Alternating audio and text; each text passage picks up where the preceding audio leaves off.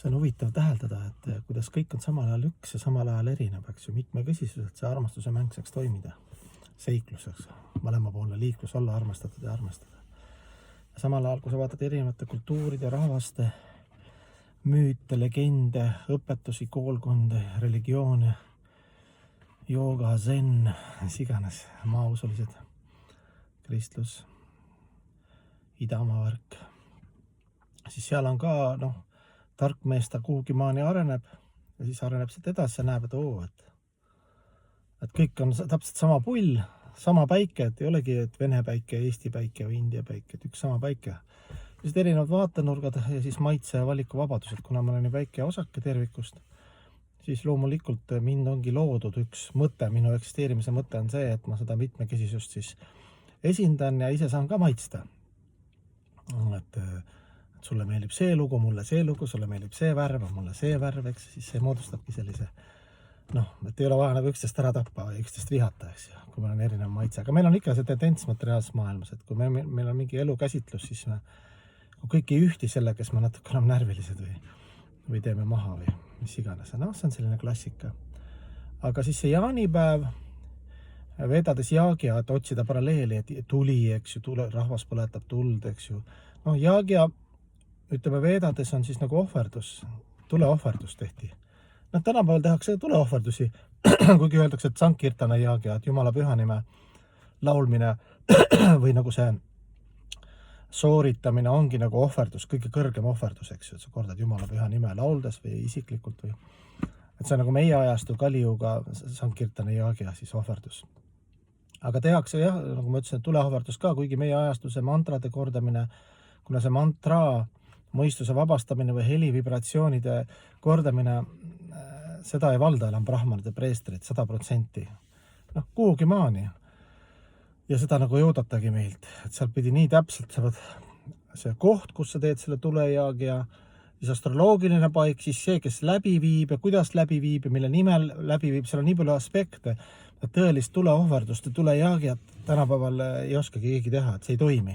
Seal on niimoodi, kui sa ütleme, sanskriti keel on ise niimoodi, et seal on huuled, kurgulagi, eks ju, hambad, nii palju aspekte, kuidas sa seda heli tekitad õieti, eks ju, et põhimõte on see, et kõik elemendid omavad vibratsiooni, see on ka juba, eks ju, siis vana teadus 60-ndatel siis üks teaduse liik ka, kes said aru siis, et kõik elemendid koosnevad, et koos püsivad ja üldse toimivad, eks ju, sellisel kujul nagu on, et nad omavad iga üks teatud vibratsiooni, eks ju, võnget.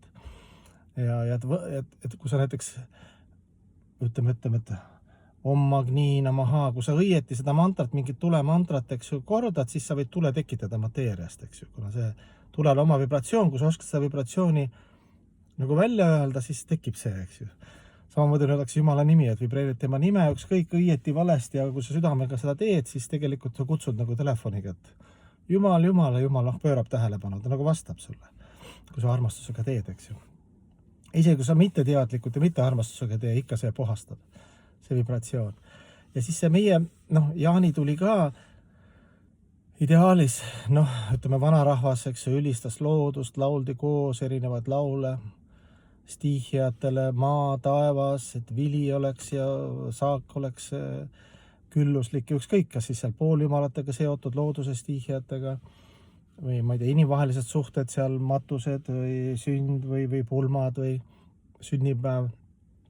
Nagu tähistati, see on normaalne, inimene tahab pidu panna, tähistada ja Jaani tuli ka, aga tänapäeval on siis, kas see on matused või pulmad või Jaani tuli, on siis nii, et inimesed neil on see impulss nagu õige, elust rõõmu tunda ja tähistada. Aga siis, kui sa vaatad, mis on laua peale, kuidas inimesed ennast lõhuvad läbi alkoholi, ma ei tea, läbi liha, mis iganes, eks ju, seks, poks, murrumängudeks, nagu ma ütlen, et siis see jaagia on nagu negatiivne. Ta degradeerub inimest. Ta on loodusega disharmoonias, Jumalaga disharmoonias, füüsilise tervisega disharmoonias, aga põhimõte on õige. Jaagia, tuli, et teeme tuld. Laulame, eks, tantsime, me tahame elust rõõmu tunda. Mis laule sa laulad? Mis selle rituaali eesmärk on? Ja kõik see kvaliteet, eks ju. Et on niivõrd kehv, et see kõik kannatavad. lõpuks. Emaka loodus ja sina seest ja hommikul on sul nagu jaanituli, eks. Ise mäletan ka üks jaanituli oli endal, mitte et see jutt ei paistaks nii, et suur pühak räägib, et mis on õige, mis on vale. Mäletan ka üks jaanituli oli ka nii, et sõbraga ka, noore sõbraga läksime ka metsa ja siis seal panin ka niimoodi pudelist, et põhimõtteliselt tule nagu süütamise nagu jõuda enne kustusin ära nagu ise nagu. Ühesõnaga, luku stalking. Lihtsalt ma räägin üldprintsiipe, mida ma nagu üritan nagu järgida ka ja miks ma ei käi nagu enam nendele avalikel pidudele nii palju, mitte et keegi on halb või hea või ma olen parem või harvem, aga lihtsalt see vibratsioon ei ole teadust tõsta vibratsioon.